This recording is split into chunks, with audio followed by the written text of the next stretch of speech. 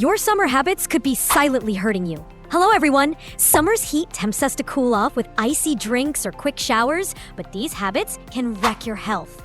First, overindulging in cold foods and drinks irritates your throat, disrupts digestion, and weakens immunity, leaving you tired. Sip room temperature water or coconut water instead.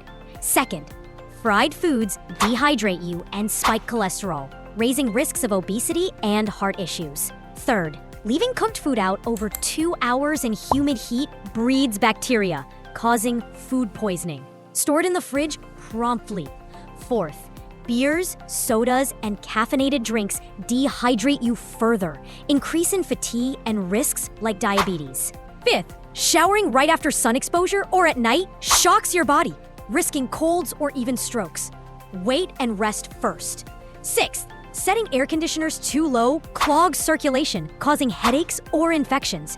Keep it 5 to 8 degrees Celsius below outdoor temps. Seventh, not ventilating rooms traps germs. Open windows daily. Eighth, skipping naps exhaust you. A short siesta boosts energy. Finally, prolonged sun exposure without sunscreen risks heat stroke and skin cancer.